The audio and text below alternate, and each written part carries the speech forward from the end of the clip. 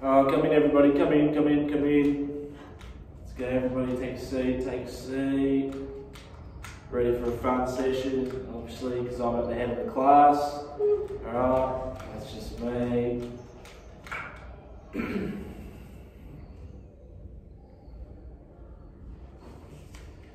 Alright, so welcome everyone. My name is Bradley.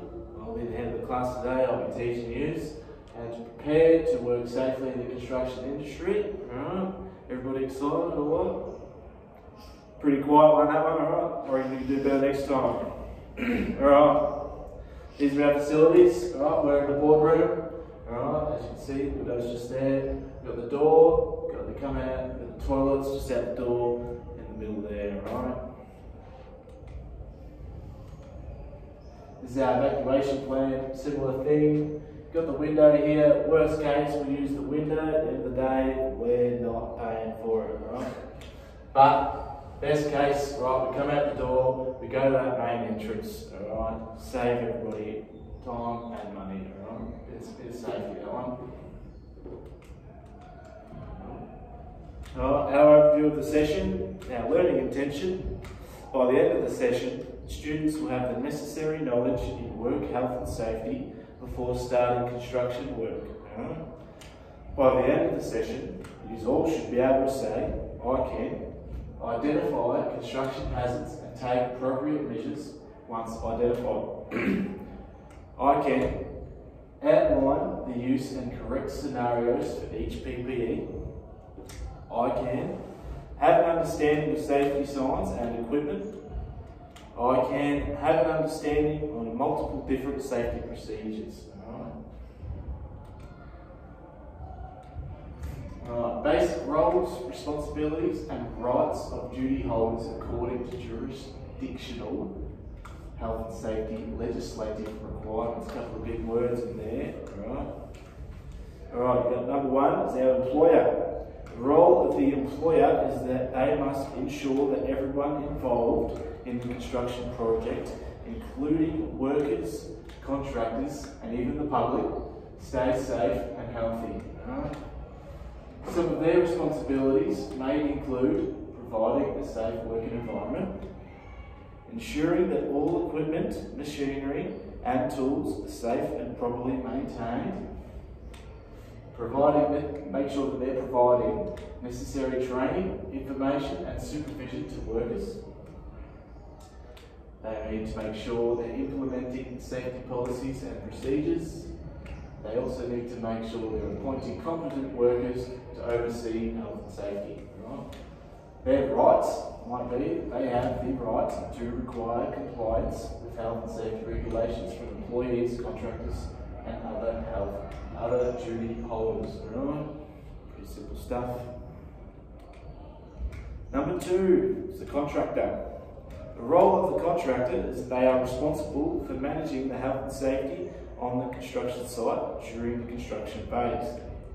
Some of their responsibilities may include planning, managing and monitoring construction work to ensure it is carried out safely, coordinating the activities of the subcontractors, providing necessary safety information and supervision to workers, implementing safety measures and procedures on site. Right? Those safety measures and procedures are the ones that the employers put in place. These guys just have to implement it. Alright? You got the rights. Alright? They have the rights to enforce safety rules and regulations on the construction site and to stop work if it is deemed unsafe. Number three, workers/subcontractors, which is majority of you. Will be majority of you, alright? Maybe in the future you might get higher up, but this is going to be most of you, alright? Got your workers and subcontractors. The role of the workers and subcontractors are that they are responsible for following the safety procedures and protocols to ensure their own safety and the safety of others on site, alright? Once again, those safety procedures are the ones that the employers made for you guys to follow. Some of their responsibilities may include following safety instructions and procedures provided by the employer or contractor. There you go, that's what I just said. Okay. Using personal protective equipment, PPE, as required. Probably going to see that a fair bit. PPE, alright. Very important to keep you guys safe. You've got reporting hazards, incidents, and near misses to the appropriate person. You've got participating in safety training and toolbox talks. Everybody loves a toolbox talk, especially at 7 o'clock in the morning. Nobody wants to do anything for the first half an hour, so everybody gets around the toolbox, alright? Just talks stupid stuff in the first half an hour, right? But always good stuff, of course, never the bad stuff. Alright, your rights. They have the right to refuse unsafe work and the right to receive training and information about workplace hazards. Alright, duty of care requirements. In Victoria, the duty of care requirements regarding health and safety in construction are outlined in the Occupational Health and Safety Act 2004 and the Occupational Health and Safety Regulations 2017. They can be easily found online if you guys really want to have a look. Alright, I'd recommend it. Here are some examples of different roles. Excuse me. The employer must provide and maintain a safe working environment, must ensure that employees and others are not exposed to risks to their health and safety. They must provide necessary information, instruction, training, and supervision to the employees. They must make sure the work site and equipment are in a safe condition. They must consult with employees on health and safety matters. Right?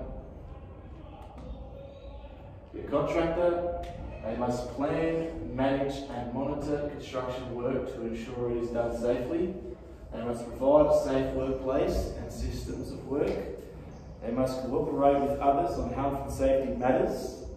They must ensure subcontractors comply with health and safety requirements. And you've got your workers and subcontractors. They must take reasonable care for their own health and safety and that of others. Don't understand that they wouldn't want to do that, but must follow instructions and safety procedures. You must report hazards and incidents to the employer or the contractor. Construction safe work practices. There are many different safe work practices. Alright, so why don't we go through some of them? Safety training. Alright, safety training ensures all workers receive appropriate safety training before starting work on the site. This includes training on equipment operation, hazard recognition, emergency procedures, and the proper use of personal protective equipment. Like I said, PPE is going to come up a lot, very important for you guys. Use of personal protective equipment, going to come up a lot. Alright? Requires workers to wear PPE such as hard hats, safety glasses, gloves, high visibility clothing, and steel-toed or steel-cap boots to protect against common construction hazards. Got your fall protection. Alright, implement fall protection methods such as guardrails, safety nets, and personal fall arrest systems to prevent falls from heights. Ensures all workers understand and use fall protection equipment correctly. That could just be like a belt and you get hooked on, right, to stay in place, make sure you don't go anywhere. Alright.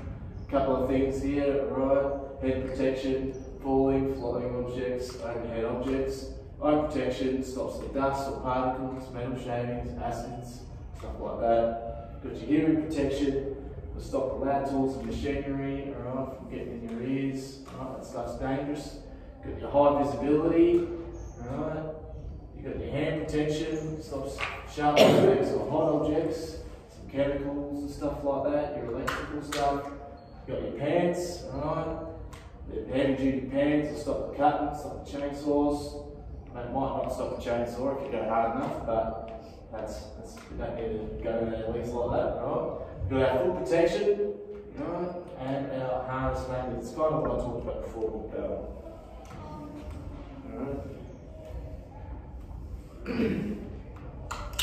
Some more ones we've got, tool and equipment safety. Right. Inspect tools and equipment regularly to ensure they are in good working condition. Provide training on safe tool use, including proper handling, storage and maintenance. Alright, we've got electric safety. Implement safe electrical work practices, including proper grounding, lockout/tag-out procedures, and avoiding contact with live wires. Ensure workers are trained to recognise electrical hazards and know how to respond in case of an electrical emergency. We've got material handling. Train workers on proper lifting techniques and the safe use of equipment such as cranes, forklifts and hoists. Ensure materials are stored and stacked securely to prevent collapses or falling objects. Excuse me. We've got our scaffold safety. Inspect scaffolds regularly and ensure they are erected, used and dismantled according to manufacturer specifications and regulatory requirements. Provide proper training for scaffold erection and use. Alright. We've got hazard communication. Use clear signage, simple like this. Use clear signage and labels to communicate hazards such as confined spaces, hazardous materials and electrical hazards. Provide material safety data sheets, MSDS for short, for all hazard substances on site. A lot of you probably have already heard about MSDS, you might have seen it already, you're right. We've got emergency preparedness. Develop and communicate emergency procedures for incidents such as fires, chemical spills and medical emergencies. Conduct regular emergency drills to ensure workers know how to respond effectively. We've got our housekeeping. Keep the construction site clean and organised to prevent slips, trips and falls. Remove debris, tripping hazards and obstacles from walkways and work areas regularly. Right. Got our work zone safety. Establish and maintain safe work zones with proper signage, barricades and traffic control measures to protect workers and the public from hazards such as moving vehicles and equipment.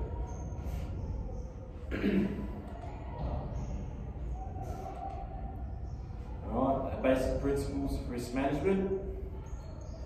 We could put risk management basically into 8 simple steps. Number 1, identify what the problem or problems are or what can happen.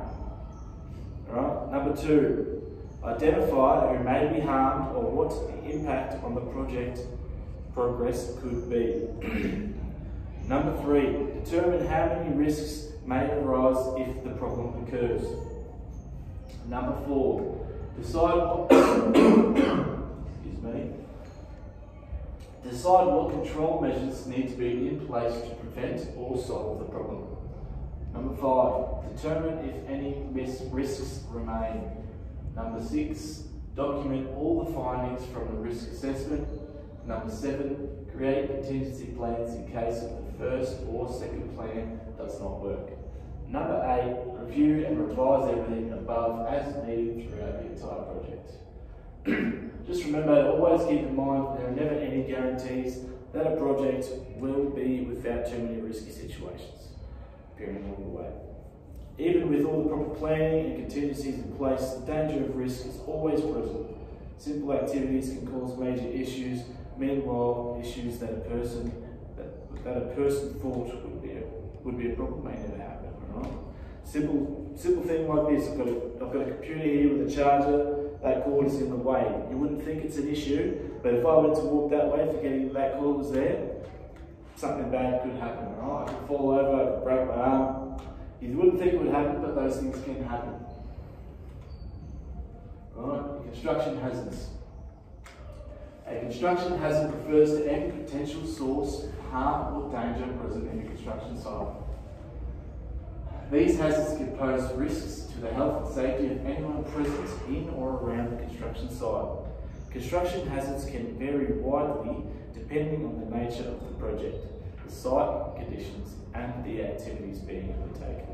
The 3 leading construction hazards are manual handling injuries, falls, slips and trips, being hit by moving objects. Right? Most manual handling injuries could probably be prevented. You probably see stickers everywhere that say lift with your knees, not your back. Alright. Measures for controlling hazards. Alright, got a thing here. Best way to prevent injuries in your workplace is to find the hazards that could cause injury or illness and fix them. Do this by following the SAFE acronym. Alright, SAFE, S-A-F-E, for those of you who aren't sure how to spell that. Alright, S, spot the hazard. A, assess the risk. F, fix the problem. E, evaluate results. Right, I got this little image here, I thought it was a bit of fun. A few problems here, right? As I said 5 minutes ago, you got this cord here, right? This guy can't see the cord, he keeps walking, he falls over the cord, he's got a machine going, lots of stuff can happen there. That spill there, right? He goes on that, he slips over. Depending on how heavy that is, that could fall on him, hurt him even more, right? A lot more things going on in this picture that we can see, right? That thing looks like it's on fire. It looks like there's some chemicals there. That thing can catch fire, explode, do all sorts of stuff. Got a forklift here, right? Someone doing work directly underneath it, right? For those of you who have done or are planning on doing your forklift course, one of the things they say, no work underneath it, alright? It can literally kill people. Right? What else have we got here? Jackhammering. Alright? No glasses, no goggles, no head protection, no ear protection, alright? A lot of stuff going on in this picture. This guy's actually got some gloves, looks like he's got some gloves on, which is alright, but no goggles, no headwear, no nothing, alright? Plenty of stuff going on in that picture, alright? Alright, we're going to have purpose and use of PPE, or personal protective equipment. Personal protective equipment, excuse me, commonly referred to as PPE, is equipment worn to minimise exposure to hazards that cause serious workplace injuries and illness. Alright, examples of PPE, we've got any head protection, you've got hard hats or helmets, excuse me. Alright, eye and face protection, you've got safety glasses, goggles and face shields. Hearing protection, you've got earplugs, ear muffs, or noise cancelling headphones. Alright, if any of you have gone overseas, you've probably got a pair of noise cancelling headphones you put on because you don't want to hear that bloody plane. Alright, respiratory protection, dust masks and respirators. You've got hand protection, you've got pretty much any type of glove, right? Different types of gloves, they do different types of things.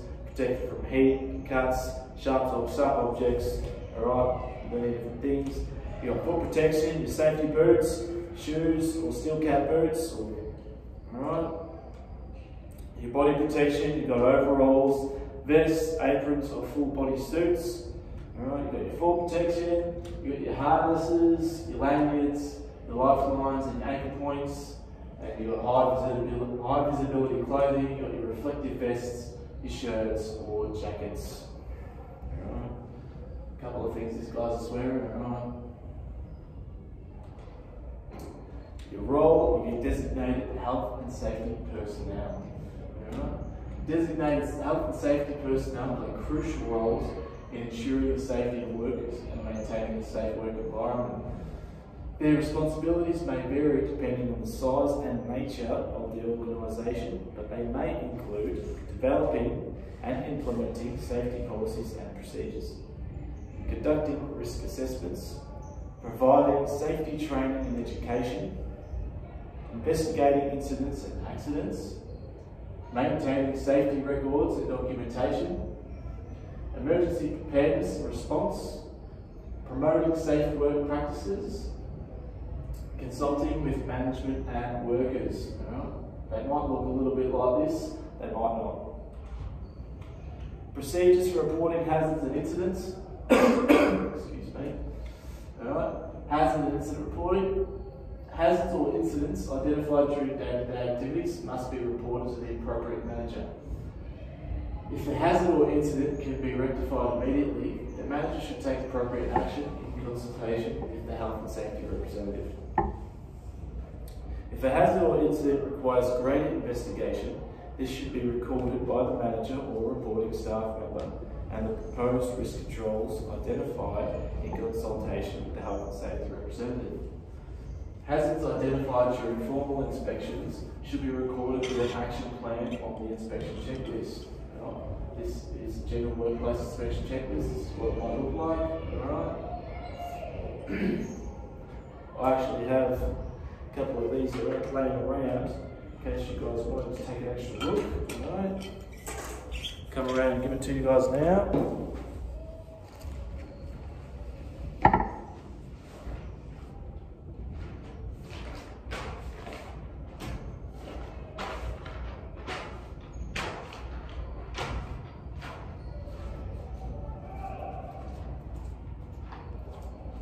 Alright, you guys can keep those. I printed out heaps of them. Alright.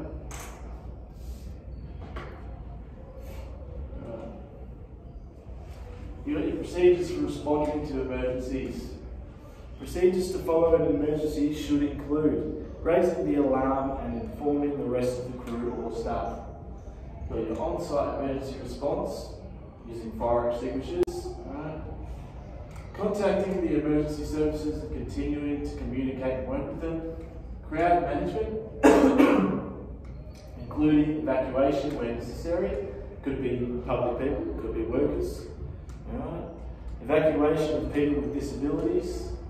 You've got your traffic management, including emergency vehicles, your incident control, and providing first aid and medical assistance. Alright. It's important to note that not all emergencies will be the same, and some will require different things than others. However, these points will be very important to remember in most cases. Safety signs and symbols. Safety signs and symbols are essential tools used to communicate important safety information in the workplace. They help to alert individuals to potential hazards, provide instructions on how to safely navigate the area, and convey emergency procedures. Alright. Got some simple signs here. Alright. Surgeon must wear these clothes. Alright. You've got your chemical stuff, you've got your mask. Loud noise, wear your protection. Alright. Danger sign, pretty clear. Alright. Your protection, hard hats. Over here, you've got your hazardous materials, don't leave flames, no smoking, radioactive, alright, all that sort of stuff. Plenty of stuff going on there. Procedures for accessing first aid. Alright, first of all, know where the first aid is. Everyone should know where the first aid kits are kept, who can help. Alright, second, you've got to report injuries or illness. Tell your supervisor if someone gets hurt or sick. Pretty simple. Number three, you've got to get first aid supplies. If needed, use the nearest first aid kit. Number four, give first aid. You should always be trained if you're giving first aid. Alright? Someone trained should help with basic treatment like cleaning wounds or CPR. Call for more help. If it's serious, call for professional medical help. Alright? In Victoria, you've got 000. Alright? It's really bad, call 000. Come out. Number six, record what happened. Write down what happened and what was done to help. By keeping it simple and clear, everyone can quickly and effectively respond to injuries in the workplace. You've got your types and purpose of fire safety equipment. Each type of fire safety equipment plays a vital role in protecting life and property by preventing fires, detecting them early, and also effectively suppressing or controlling them when they occur. Some different types of safety equipment include, fire safety equipment include fire extinguishers, alright, this one here, you've got your fire blanket, this one here, alright, fire hoses, alright, this one here, alright, you've got your signage, your smoke alarms, your sprinklers, alright, sprinklers in this room at the top, look around, alright, you've got your emergency lighting, your fire alarms, alright, first aid kits, emergency escape equipment, fire cabinet, your fire doors, your fire ball, or your fire equipment maintenance. Alright.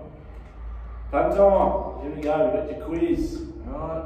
What is an employer? Give an example of an employer. What is one responsibility of the worker/subcontractor? What is one duty of care of the employer? What is one work-safe practice? Also give a brief explanation. Alright. True or false? You can always guarantee a project goes smoothly without risk. True or false? The SAFE, or SAFE acronym, stands for Stay Away from Emergency. Alright, give 4 examples of PPE in the workplace. True or false? Conducting risk assessments is one responsibility of a designated health and safety officer. True or false? Hazards or incidents identified during day-to-day activities must be reported to the appropriate manager. True or false?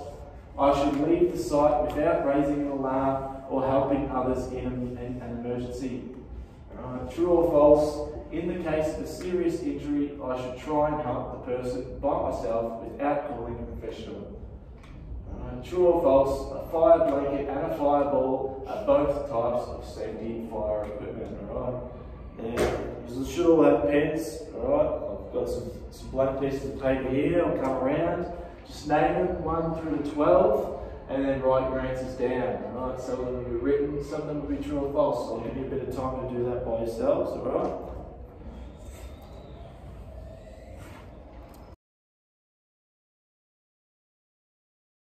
Alright, so I'll give you about 10 minutes to get that stuff down, and then we'll come back and I'll wrap it up for you guys, alright?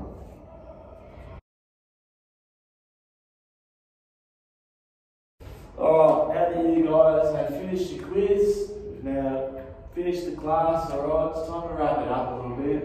Alright, if I get back to the start.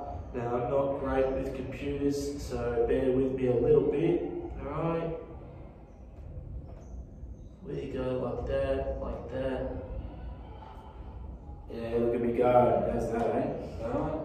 So if we go to here, alright, by the end of this session, students will have the necessary knowledge in work and health and safety before starting construction work. You guys can identify construction hazards and take appropriate measures once identified. Alright. You guys can outline and use the correct scenarios, outline the use of and correct scenarios for each PPE. You guys can have an understanding of safety signs and fire equipment. You guys can have an understanding of multiple different safety procedures. Alright. Thank you very much for coming in, guys. I hope you guys learned some, I hope you guys got something out of it, and I hope you guys can use this in your future endeavours. So thank you very much, guys.